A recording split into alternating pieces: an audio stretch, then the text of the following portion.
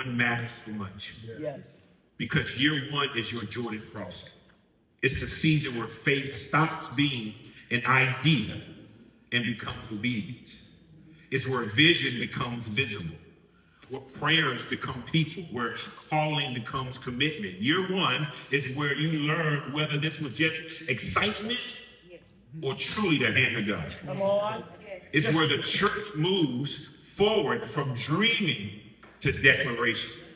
From we believe God is calling us to look what God has done. Sure. And like Israel, year one is not the destination. It's the threshing floor. It's the threshold. It's the crossing before the conquest, the beginning before the building, the marker before the mission. The first year matters because it becomes the testimony that you will stand on in year two. Right. See, when resources feel tight, when the work feels slower than expected, when resistance rises, when the excitement fades and real discipleship begins, you will have something to look back on. See, you're going to need them storms. Yeah. You're going to need to remember that God brought us here. God made a way. God was faithful then, and he is faithful now. Year one is not just proof that you survived.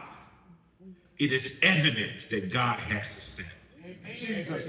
And if he was faithful enough to bring you across, he will be faithful enough to lead you forward. See, we want our neighbors, our community, and our city not to look at this church and say, look at that church, but to say, look at the God of that church. Yes. Hear me clearly. This anniversary is not a monument to the past. It's a commissioning for the future. See, we're not celebrating survival. We're stepping into transformation. Year one was proof of his faithfulness. Year two will require our obedience. The same God who stopped the Jordan is the same God who sent his son. The same God who brought Jesus out of the grave is the same God building his church right here, right now, in this city. Every time we gather, every time we come to the table, every time we baptize in his name, we are stacking stones that point to the faithfulness of God. So here's the invitation. I just need you to remember his power. Call to mind what he's already done.